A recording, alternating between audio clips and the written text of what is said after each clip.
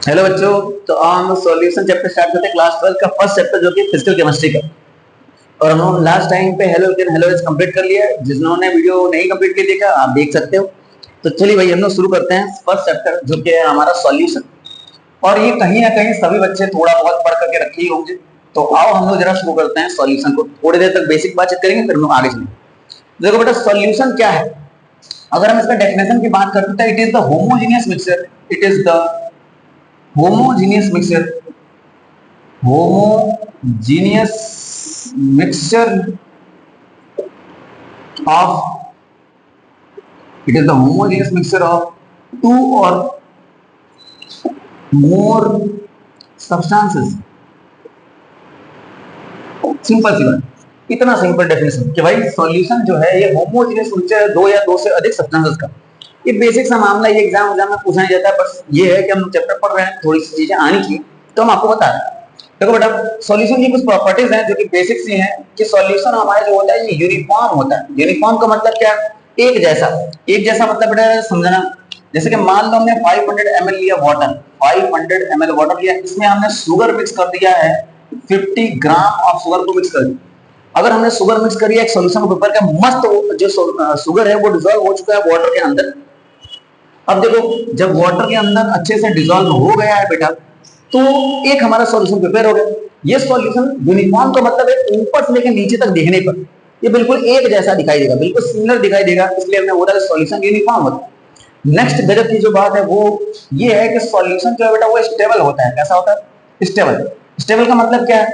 Stable का मतलब है कि never settle down. Never settle down जो ये है वो नेवर सेटल डाउन का मतलब है कि कभी भी नीचे जाके बैठता नहीं। अगर हमने चीनी पानी घोल के रख दिया है, 1 घंटे बाद देखेंगे तो भी वो डिजोल्व ही रहेगा, नीचे जाके बैठेगा नहीं। 2 घंटे बाद, 6 घंटे बाद, 1 महीने बाद, 2 महीने बाद, 6 महीने बाद, साल भर बाद। तो ये कह रहा है कि नेवर सेटल डाउन। ये खूबसूरत सी बात है, पता होना चाहिए। नेक्स्ट हमने बोला बेटा ये होमोजीनियस मिक्सचर होना चाहिए। ये होमोजीनियस मिक्सचर होना चाहिए। तो ये होमोजीनियस मिक्सचर का मतलब क्या है बेटा? ये हमारा होमोजीनियस में समांगी मिश्रण होना चाहिए, वो अच्छे से डिजोल्व हो जाना चाहिए, कंप्लीटली डिजोल्व होना चाहिए, पार्टिकल्स हमको विजिबल नहीं होने चाहिए। तो बेटा ये तीन बात चीज जो है वो सॉल्यूशन का। ठीक, नेक्स्ट देखते हैं बेटा सॉल्यूशन की कि सॉल्यूशन बेटा सॉल्यूशन के दो कंपोनेंट होते हैं। सॉल्यूशन के दो कंपोनेंट होते हैं, एक है बेटा सॉल्यूट और दूसरा क्या है बेटा सॉल्वेंट। सॉल्यूशन के दो कंपोनेंट देखा, एक देखा सॉल्यूट, दूसरा देखा हमने सॉल्वेंट। बोलो है। तो सॉल्यूट और सॉल्वेंट दो कंपोनेंट आइए समझने की कोशिश करते हैं, सॉल्यूट क्या सॉल्वेंट क्या। अच्छा जिस सॉल्यूशन में भी दो कंपोनेंट हैं सिर्फ सॉल्यूट और सॉल्वेंट, तो बेटा इस टाइप के सॉल्यूशन को हम बाइनरी सॉल्यूशन कहते हैं क्योंकि इसमें हमारे पास दो ही कंपोनेंट दिखाई दे रहे हैं। ठीक है, तो देखो बेटा सॉल्यूट की बात करते हैं। ये हम बात करें relatively relatively relatively less amount present in solution. जिसका अमाउंट रिलेटिवली लेस प्रेजेंट होगा सॉल्यूशन में वो हमारा होगा सॉल्यूट। और सॉल्वेंट कौन है बेटा? ये है बेटा relatively more amount present in solution. जिसका अमाउंट सॉल्यूशन में ज्यादा है वो सॉल्वेंट और जिसका अमाउंट सॉल्यूशन में कम है वो सॉल्यूट। एक और खास बात, ये बातचीत हुई है इन टर्म्स ऑफ मोल। मोल के टर्म्स में होना चाहिए बेटा, ये भी in terms of mole. In terms of mole बातचीत होगी, नोट कर सकते हो आप, कोई दिक्कत की बात नहीं है। ये इन टर्म्स ऑफ मोल्स की बातचीत चल रही है।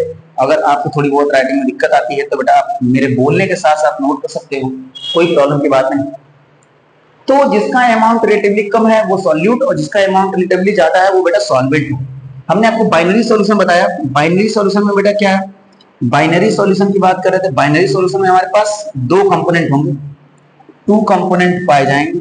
टू कंपोनेंट होंगे टू कंपोनेंट होंगे कौन कौन से बेटा? एक हमारा सॉल्यूट होगा और एक ही हमारे पास सॉल्वेंट होगा। जनरली अगर बात करें तो ये इस पूरे चैप्टर में बाइनरी सॉल्यूशन के बारे में बात करें। कभी कभी हमारे पास दो सॉल्यूट होते हैं बट सॉल्वेंट एक होते हैं, तो हम प्राइमरी की बात कर देंगे, कोई दिक्कत की बात नहीं। तो यहाँ पर बाइनरी सॉल्यूशन की बातचीत करेंगे पूरे चैप्टर में, थ्रू आउट द चैप्टर। तो आगे चलते हैं बेटा। अब इन टर्म्स ऑफ मोल की जब बात हमने बोल दी है तो आपको मोल के बारे में पता होना चाहिए। ये मोल क्या है सर? मोल क्या है? कैसे फाइंड आउट करेंगे? तो बेटा मोल इज इक्वल टू होता है गिवन वेट अपॉन का मॉलिक्यूलर और मोलर वेट। तो मैंने मॉलिक्यूलर वेट लिख दिया। तो एक बेटा फॉर्मूला हमको ये मिल जाएगा गिवन वेट अपॉन का मॉलिक्यूलर वेट। दूसरा देखो बेटा मोल अगर वॉल्यूम गिवन होगा, अगर वॉल्यूम गिवन है तो गिवन वॉल्यूम होगा बेटा अपॉन 22.4 लीटर। अगर ऊपर वाला भी लीटर में दिया है तब आए कोई दिक्कत। नेक्स्ट देखो बेटा मोल की बात करते हैं, number of particles divided by Avogadro number 6.023 into 10 के पावर 23। अगर नंबर ऑफ पार्टिकल्स गिवन होंगे तो बेटा ई वाला फार्मूला लगाना। कौन वाला? ई वाला। देखो नंबर ऑफ पार्टिकल्स का मतलब यहाँ पर क्या बेटा, पार्टिकल का मतलब यहाँ पर आइटम है, आइटम होगा या मॉलिक्यूल होगा, मॉलिक्यूल हो सकता है या बेटा आयन हो सकता है या कोई और एंटिटी से इलेक्ट्रॉन प्रोटॉन न्यूट्रॉन हो सकता है। तो हमने बोला कि एटम मॉलिक्यूल आयन अगर नंबर ऑफ पार्टिकल्स की जगह पर रख सकते हैं और एवोगैड्रो नंबर डिवाइड करेंगे तो भी हमारा मोल फाइंड आउट होता है। यहाँ मोल के बेटा मैं 3 फार्मूला बता दिए और इस थ्रू आउट द चैप्टर हम इन्हीं फार्मूले का इस्तेमाल करने वाले। इतना नोट करिए, हम लोग मिलते हैं अगले वाले पर, इसको रफ करते हैं। ठीक है, रफ कर दिया, आप पॉज करके नोट कर सकते हो, हम इसको मिटाने की कोशिश करते हैं।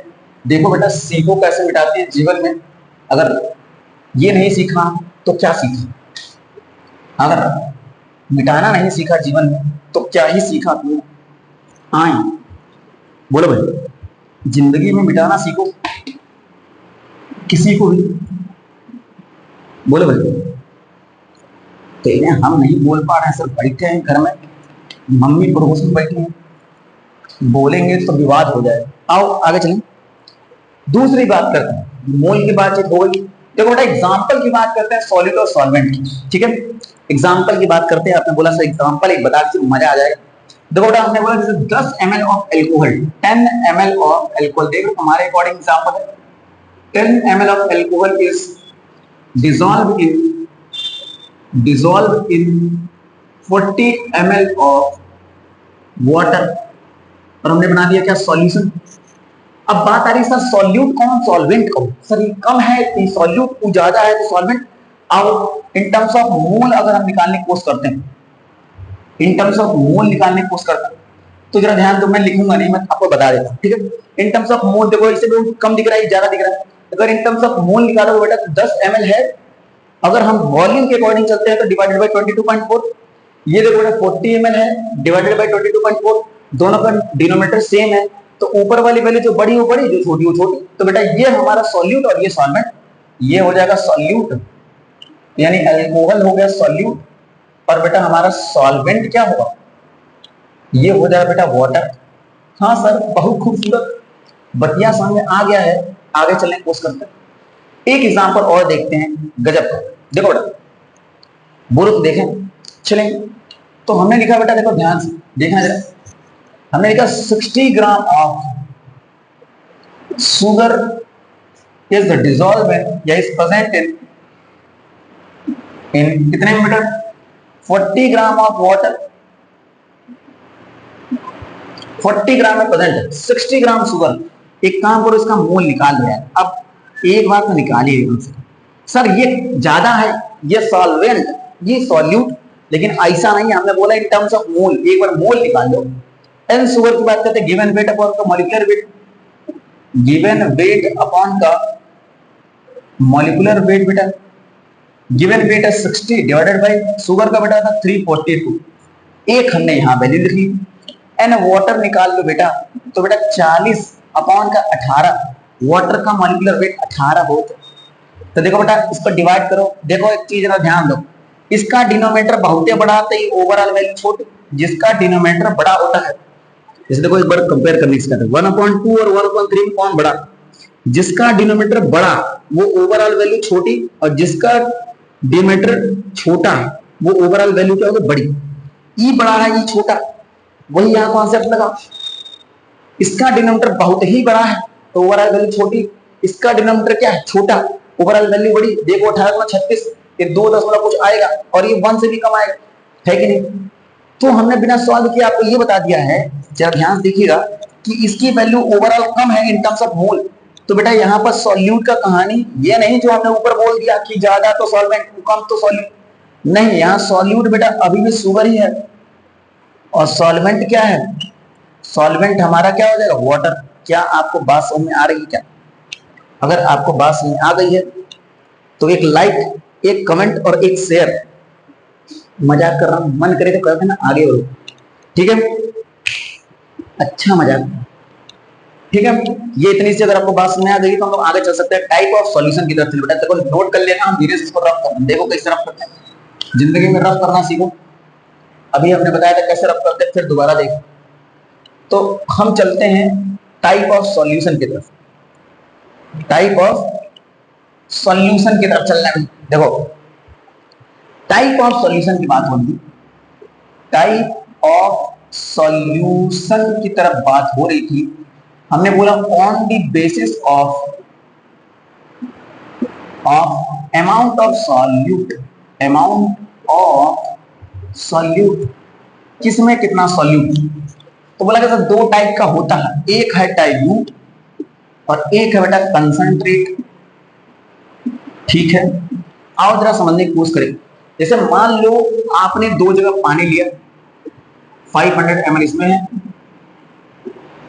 एक यहां पर भी पानी ले रहे हो। बिन पानी सब फूल और मोती मानस चून, समझ रहे हो? कोई लेना देना नहीं है इसका, पढ़ाई लिखाई से, ठीक है?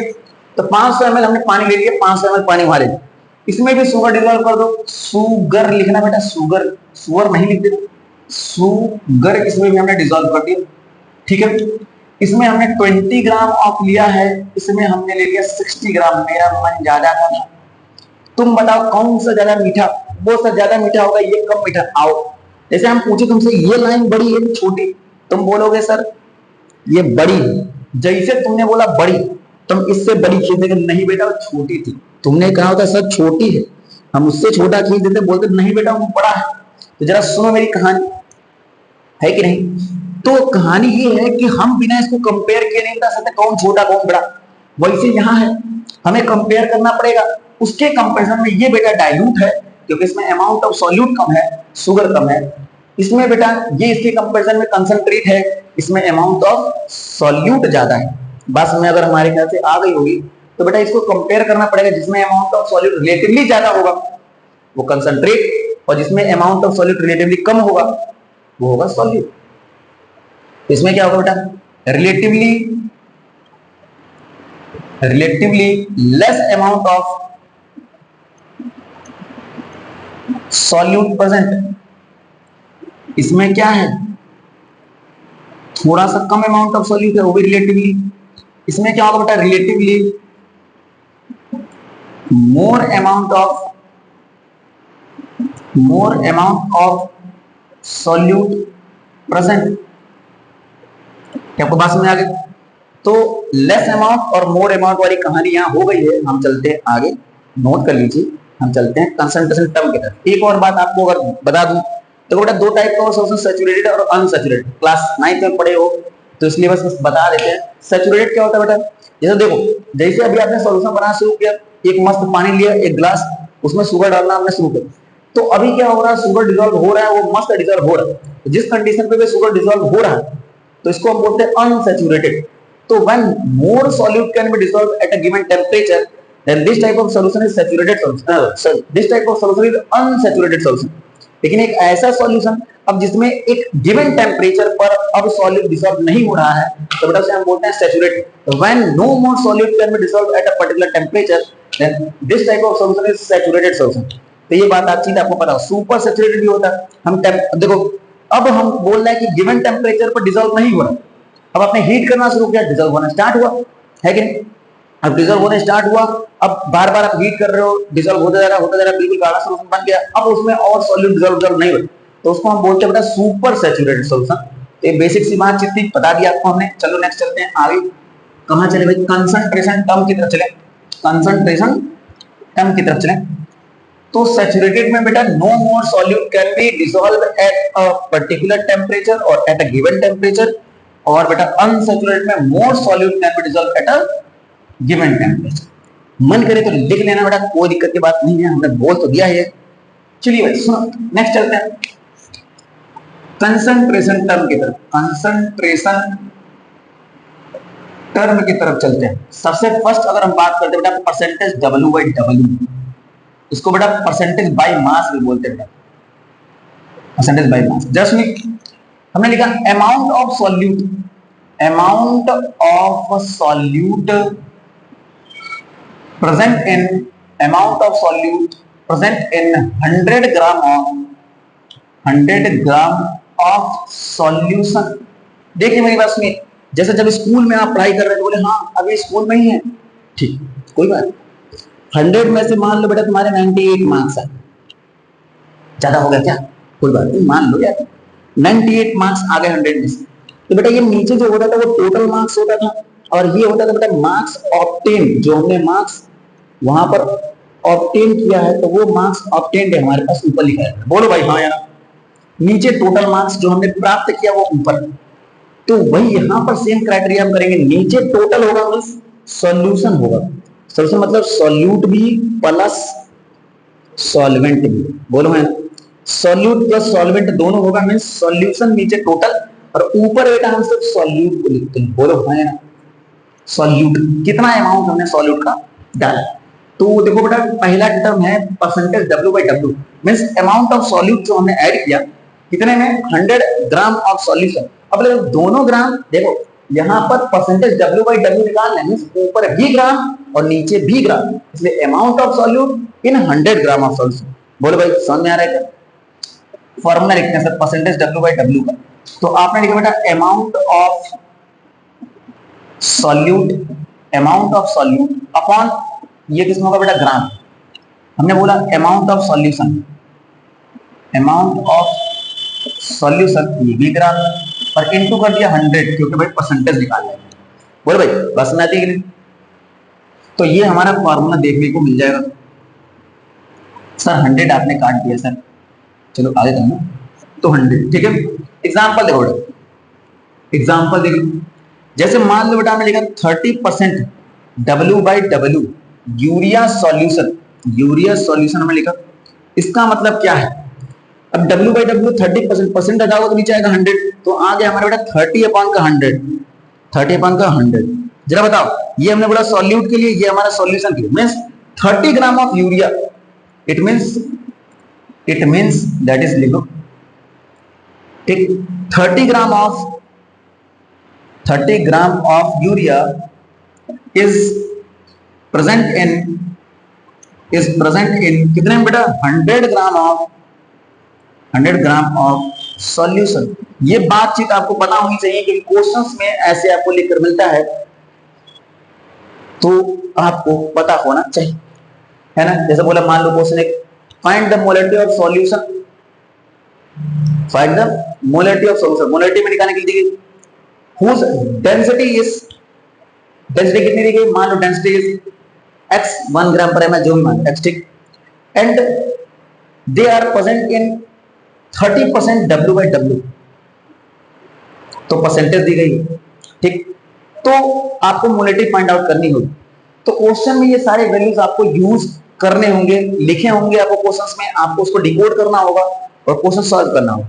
तो डिकोड करने का मैं तरीका बता है, बिल्कुल बेसिक चीज, मोस्ट ऑफ द बच्चों को आ रहा होगा, लेकिन जिन्हें नहीं आता है तो वो सीख लें, कोई दिक्कत की बात नहीं, क्योंकि जब हम लोग क्वेश्चंस करेंगे बेटा तो इन सबका इस्तेमाल करना होगा। नेक्स्ट जरा सुनने की कोशिश करिएगा। तो एक एग्जांपल इसका इनफ है, जब भी कभी 30% W बाई डब्ल्यू यूरिया लिखा होगा तो आप समझ लें 30 gram of urea, 30 gram of solution is present in 100 gram of solution, कोई दिक्कत। नेक्स्ट बेटा आ जाओ नंबर सेकंड, बोले सर वॉल्यूम बाय वॉल्यूम ले लीजिए, ठीक है सर, और परसेंटेज बाय वॉल्यूम, अगर मैं जैसे परसेंट बाय मास लिखा था एक ही बार में हो गया मुझे, तो उसको परसेंटेज वॉल्यूम बाय वॉल्यूम बोल सकते हैं और परसेंटेज बाय वॉल्यूम भी बोलते हैं, कोई दिक्कत की बात नहीं, जैसे उसमें बाय मास बोल दिया सिर्फ। तो बेटा इसमें क्या होगा, अब वॉल्यूम बाय वॉल्यूम में ऊपर भी सॉल्यूट वॉल्यूम में और सॉल्यूशन भी वॉल्यूम में, तो बेटा क्या लिखोगे, volume of solute, volume of solute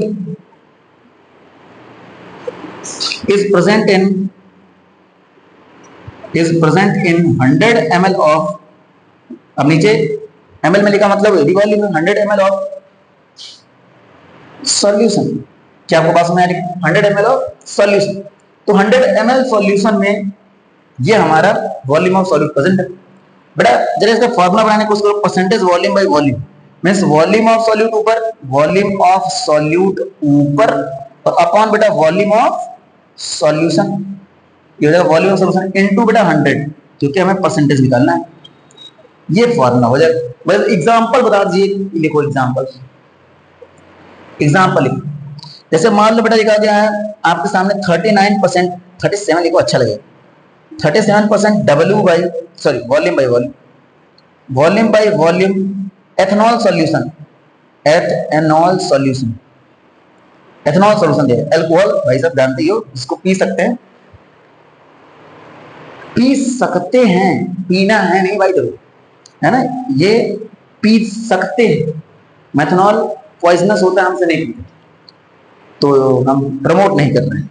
37% volume by volume ethanol की बात कर रहे हैं। 37% वॉल्यूम बाय वॉल्यूम मतलब 37 अपॉन 100, क्योंकि भाई परसेंटेज का मतलब अपॉन 100। तो इसको हम बताओ, ये सॉल्यूट के लिए है बेटा और ये हमारा क्या सॉल्यूशन के लिए। तो देखो 37 हमने क्या लिखा, वॉल्यूम मतलब 37 ml लिखना होगा, तो हमने लिखा बेटा it means 37 ml of 37 ml of ethanol, ethanol 37 ml of ethanol is present in is present in 100 ml of solution. बोलो भाई कोई दिक्कत? अब हमने बोला तो ऊपर भी वॉल्यूम नीचे वॉल्यूम, तो सॉल्यूट को भी वॉल्यूम में नोट करना है और सॉल्यूशन तो होगा ही होगा। तो 37 ml of ethanol is present in 100 ml of solution. बहुत गजब की बात है, पता होना चाहिए। तो बेटा 37% वॉल्यूम बाय वॉल्यूम का मतलब क्या है कि 37 ml जो है एथेनॉल प्रेजेंट है किसमें, 100 ml ऑफ सॉल्यूशन। तो बेटा ये हो गया परसेंटेज वॉल्यूम बाय वॉल्यूम। तो सिंपल सा मामला अगर आपने यहां से समझ लिया किस तरीके से हम नोट करते हैं तो आप कर ले जाओगे, ठीक है। तो एक लास्ट बेटा है परसेंटेज W बाई V, आओ मास बाई वॉल्यूम की बात करते हैं। ये कंसंट्रेशन टर्म देखो, वीडियो को पॉज करके आप नोट करते रहना, कोई दिक्कत की बात नहीं है, तो टेंशन लेने की जरूरत नहीं, ठीक है। चलो भाई आगे चलने की कोशिश कीजिए, आ जाओ आगे चलें, आओ आगे चलने की कोशिश करते हैं। चलिए भाई आगे चलने की कोशिश कर लेते हैं। Next percentage W by V, देखो भाई तो परसेंटेज W बाई V हमने लिखा, इसको हमने क्या बोला, percentage mass by volume, percentage mass by volume, तो मास बाई वॉल्यूम आपने लिख लिया। आइए समझने की कोशिश करते हैं। सेम वही मामला भाई W बाई V है, ऊपर सॉल्यूट वेट में होगा और नीचे जो सॉल्यूशन वॉल्यूम में होगा। देखो बेटा हमने लिखा amount of solute, amount of solute, amount of solute is present in 100 ml of, नीचे वॉल्यूम था इसमें ml, 100 ml ऑफ सॉल्यूशन। बहुत सिंपल सा मामला है, ध्यान देखो। अगर इसका हम फॉर्मूला नोट करना चाहें, बताइए भाई परसेंटेज W बाई V का फॉर्मूला क्या लिख सकते हैं। तो ऊपर बेटा amount of solute, amount of solute, और नीचे क्या लिख दो बेटा वॉल्यूम ऑफ सॉल्यूशन, कोई दिक्कत की बात नहीं, इनटू 100। सिंपल सा मामला है, नोट कर सकते हैं आप। एग्जांपल देखिए, अगर इसका एग्जांपल की बात करें, जैसे सपोज दैट हमने लिखा 49% W upon V H2SO4 solution, ethanol ना लिखो, H2SO4 सॉल्यूशन लिख लो बेटा। हमने लिखा 49% W upon V H2SO4 solution. इसको डिकोड करने की कोशिश करते हैं, क्या मतलब हो सकता है इसका। तो देखो बेटा दैट इज इट मींस, अगर हम यहां बात करें तो 49 ग्राम ऑफ, क्योंकि भाई ऊपर वेट था, तो 49 gram of H2SO4, 49 gram of H2SO4 is present in कितने बताओ 100 ml ऑफ सॉल्यूशन। तो बेटा यहाँ पर 100 ml ऑफ सॉल्यूशन आ गई बात है, कोई दिक्कत की बात तो है नहीं। 100 ml ऑफ सॉल्यूशन हमारा निकल गया, मतलब वेट ऑफ सॉल्यूट हमारा 49 ग्राम है और हमारा बेटा टोटल सॉल्यूशन का जो है वो कितना 100 ml। बोलो भाई क्या आपको बात समझ में आ गई। तो ये सारे कंसंट्रेशन टर्म थे जो कि आपको पता होना चाहिए, percentage by mass by volume और मास बाई वॉल्यूम। क्लियर है, ये सभी क्वेश्चंस में आपको यूज होते हुए दिखाई देंगे। नेक्स्ट देखो बेटा कुछ कंसंट्रेशन टर्म की बात करते हैं। जैसे हम बात करें पार्ट्स पर थाउजेंड का, पार्ट्स पर थाउजेंड भी आपको देखने को मिल सकता है कि हजार में कितना, तो मैं एक सिंपल सा फॉर्मूला एक लिख देता हूं, फिर आप समझ जाना, ठीक है। तो उसको शॉर्ट में पीपीटी बोल रहे, पार्ट्स पर थाउजेंड। कैसे निकालेंगे? तो हमने लिखा अमाउंट ऑफ सॉल्यूट अपॉन, हमने बोल दिया, अगर सपोज दैट हमने पीपीटी जो लिखा है वो डब्ल्यू बाई डब्ल्यू में लिखा, तो पीपीटी आप डब्ल्यू बाई डब्ल्यू में भी लिख सकते हो, डब्ल्यू बाई वी में लिख सकते हो, वी बाई वी में लिख सकते हो। मैं वी डब्ल्यू बाई डब्ल्यू की बात कर रहा हूँ, मीन्स दोनों ग्राम। तो अमाउंट ऑफ सॉल्यूशन इनटू, अब यहाँ पर चूंकि हम थाउजेंड में देख रहे हैं तो 10 के पावर 3, अरे भाई 1000 को मैं 10 के पावर 3 भी तो लिख सकता हूँ। तो बेटा पीपीटी का ये कुछ फॉर्मूला आपको आ जाएगा। वैसे बेटा हम लिख सकते हैं पीपीएम के लिए, पार्ट्स पर मिलियन के लिए लिख सकते हैं, पार्ट्स पर मिलियन की बात कर सकते हो। बताओ भाई पार्ट्स पर मिलियन की क्या कर सकते हैं? तो पीपीएम अगर निकालना है, कभी कभी क्वेश्चन आता है बेटा कि ये हमारा जो सब्सटेंस गिवन है, जो सॉल्यूशन का जो हमारे पास डाटा दे रखा है, इसको पीपीएम में कन्वर्ट करिए, है ना। जनरली यही क्वेश्चन पीपीएम होना ही आता है। तो पीपीएम में कैसे हम कन्वर्ट कर सकते हैं? देखो बेटा पीपीएम में कन्वर्ट करने के लिए सेम वही अमाउंट ऑफ सॉल्यूट, तो मैं काम करता है गिवन लिख देता हूँ और गिवन अपॉन टोटल लिख देता हूँ, कोई प्रॉब्लम तो है ना। तो गिवन अपॉन टोटल, ठीक, तो यहाँ गिवन लिख लो बेटा, गिवन अपॉन का मैंने टोटल लिख लिया और इंटू 10 के पावर 6। बताओ भाई 1 मिलियन में कितने जीरो होता है? 1 मिलियन में 10 लाख, 1 मिलियन में 10 लाख अगर है तो बेटा 10 लाख में हमारे पास जीरो कितने हो जाएंगे? 6। तो हमने लिखा 10 के पावर 6। तो पीपीएम इज इक्वल टू बेटा गिवन वेट अपॉन का टोटल इंटू का 10 के पावर 6। अगर ऐसे हमें लिखना है पार्ट्स पर बिलियन, अगर हमें पार्ट्स पर बिलियन लिखना है तो बेटा बताओ क्या फॉर्मूला हो जाएगा? तो मैं लिख देता हूं, आप नोट कर लो। तो बेटा गिवन अपॉन का टोटल सेम यही, गिवन अपॉन का टोटल जो हमें गिवन दिया है अमाउंट और अपॉन टोटल, और सुनो ये दोनों सेम यूनिट में होने चाहिए। जैसे हमने बोला डब्ल्यू बाई डब्ल्यू है तो ग्राम ग्राम, ये वॉल्यूम बाई वॉल्यूम तो एमएल एमएल, इंटू 10 के पावर बेटा 9। यहाँ पर टोटल कितने जीरोस होंगे? 9। तो पीपीबी हो गया बेटा गिवन अपॉन टोटल इंटू 10 के पावर 9। बस मेरे 1000 में 10 के पावर 3, मिलियन में 10 के पावर 6 और बिलियन में 10 के पावर 9। और देखो याद रखना भी बहुत इजी है, क्यों? देखो भाई 3 का टेबल 10, 3 1 जा 3, 3 2 जा 6, 3 3 जा 9, तो बिल्कुल इजीली याद हो जाएगा, कोई प्रॉब्लम की बात नहीं। ये पार्ट्स पर मिलियन आपसे पूछा जा सकता है, ये दोनों तो कोई दिक्कत की बात नहीं, बट हाँ आपको पता होना चाहिए। तो बेटा ये हमारा कंसंट्रेशन टर्म था जो कि हमने आपको इतना बता दिया है। एक और मोल फ्रैक्शन आज कवर करते हैं, फिर नेक्स्ट डे पे हम लोग नेक्स्ट टॉपिक स्टार्ट करेंगे जो कि कंसंट्रेशन टर्म यानी कि मोलरिटी और नॉर्मेलिटी की बात करें, ठीक है। तो बेटा देखो आओ मोल फ्रैक्शन देख लो जल्दी से, हम लोग आगे चल लेते हैं, ठीक है। आओ जरा ध्यान से देखो, इसको आप वीडियो को पॉज करके आप नोट कर लोगे, कोई प्रॉब्लम की बात नहीं है, बिल्कुल आसान सा मामला है, नोट कर लो, है कि नहीं। तो एक छोटा सा मामला है, जल्दी से इसको नोट कर लो, है ना। एक छोटा सा यहाँ पर मामला दिखाई दे रहा है। लास्ट बेटा टर्म हम मोल फ्रैक्शन आज कंप्लीट कर लें, फिर नेक्स्ट डे से करेंगे। तो देखो अगर हमें लिखना मोल फ्रैक्शन की बात करने वाले, मोल फ्रैक्शन, तो यहाँ लिख लो बेटा क्या लिखेंगे? It is the ratio of, it is the ratio of moles of component, moles of component to the total moles of component, to the total moles of components। जरा ध्यान दो, यहां हमने ऊपर कंपोनेंट लिखा था और यहाँ कंपोनेंट्स है, मींस नीचे हम जो लिखेंगे वो टोटल का लिखेंगे और ऊपर सिर्फ एक कंपोनेंट लेंगे। जरा देखो बेटा, जैसे सपोज दैट हमने लिखा कि हमें निकालना है बेटा मोल फ्रैक्शन ऑफ ए, तो हमने लिखा काई इज इक्वल टू, हमने लिखा Na अपॉन का Na प्लस Nb, ठीक है। हमने बोला था जिसका भी मोल फ्रैक्शन निकालना है उसके मोल्स ऊपर रखेंगे, तो काई is equal two moles of A upon total moles, total moles means moles of solute plus moles of solvent, ठीक है। अगर हम ऐसे ही बेटा काई B निकालना चाहते हैं तो मोल्स ऑफ B अपॉन का total moles means moles of A plus moles of B। तो ये बेटा हमारे पास खूबसूरत सा फॉर्मूला आ जाएगा जो कि आपको पता होना चाहिए। देखो भाई या Na क्या है? Na है moles of A, moles of A, and B क्या है? Moles of B। ये बेटा मोल्स ऑफ B का ये क्या है? मोल fraction of A, mole fraction of A। यहाँ का B क्या है बेटा? मोल फ्रैक्शन ऑफ B। बहुत खूबसूरत सी बात है, इसको नोट कर लो, यहाँ पर आपको पता होना चाहिए, है कि नहीं। तो moles of A, moles of B, mole fraction of A, mole fraction of B. सुनो भाई, क्योंकि ये मोल फ्रैक्शन है बेटा, तो दोनों का जो सम होने वाला है, ये दोनों का सम किसके बराबर आएगा, 1 के बराबर आएगा, है कि नहीं। सिंपल सा मामला है, नोट कर लो। हम लोग मिलते हैं नेक्स्ट टर्म पे, फिर से क्वेश्चंस बताएंगे और सारे सारे कंसंट्रेशन टर्म यानी कि मोलैरिटी, नॉर्मलिटी और हम लोग मोल एडिटिव कवर करेंगे, ठीक है। तब तक के लिए बाय बाय, गुड नाइट, मिलते हैं नेक्स्ट टाइम।